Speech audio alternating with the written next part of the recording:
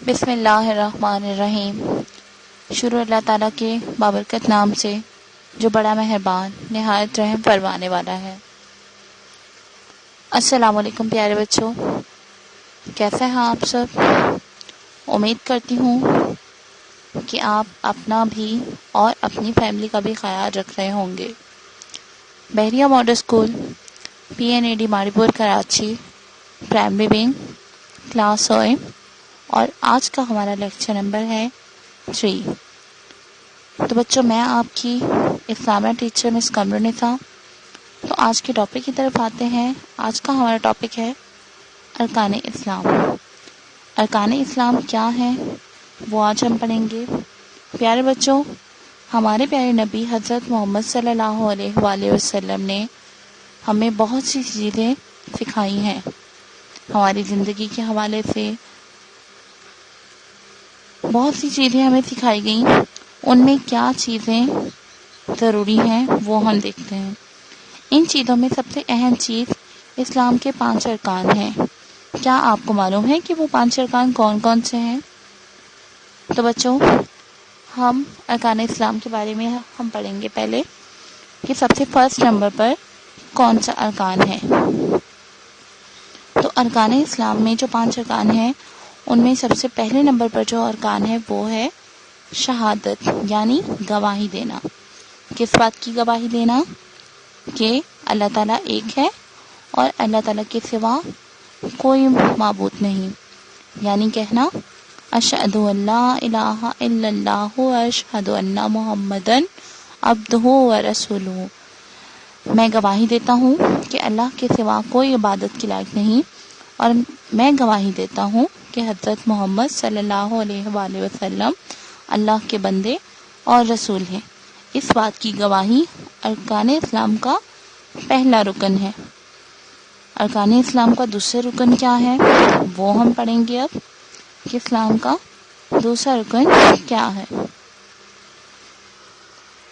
جی بچوں، دوسرے نمبر پر ہم دیکھتے ہیں کہ ارکان اسلام کے رکن میں ہے نماز۔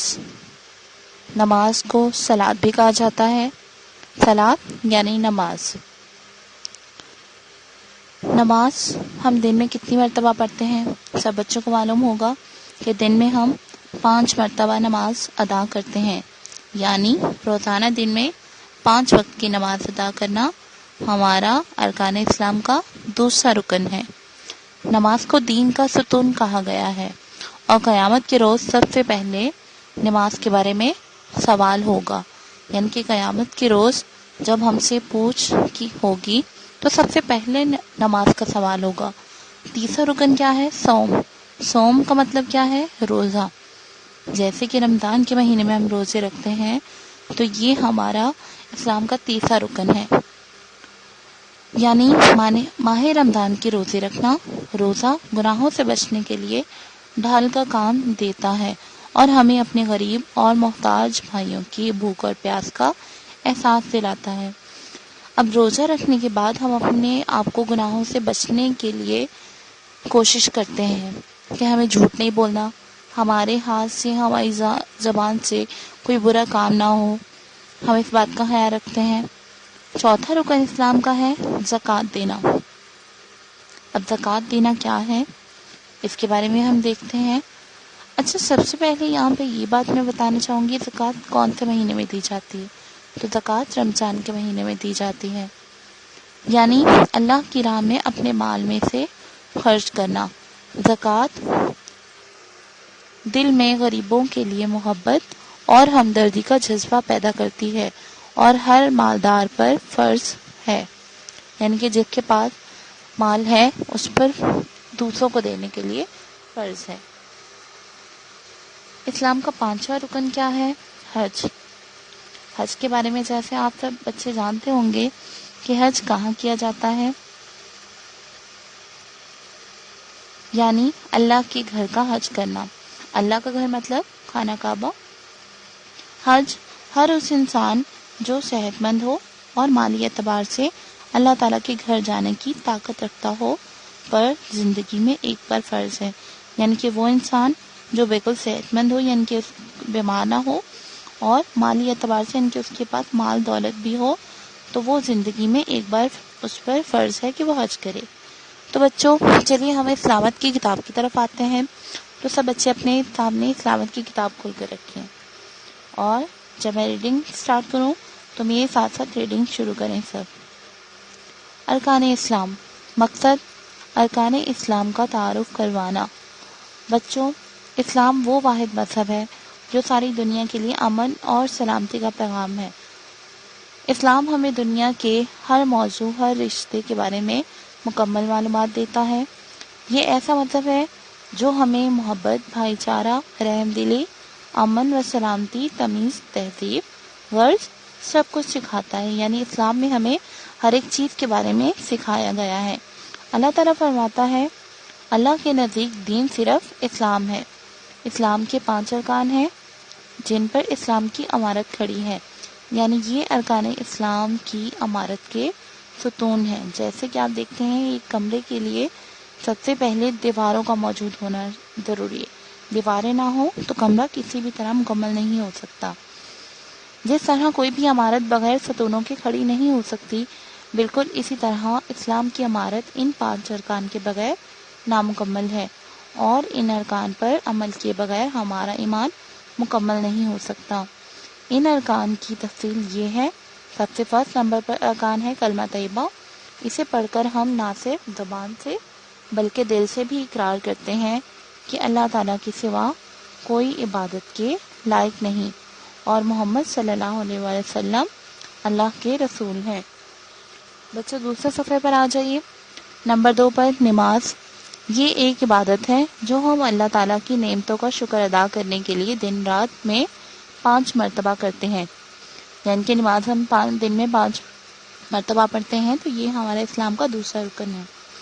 روزہ یہ ایسی عبادت ہے جس میں اللہ تعالیٰ کی خوشی کے لیے کھانے پینے اور ہر برائی سے خود کو روکا جاتا ہے۔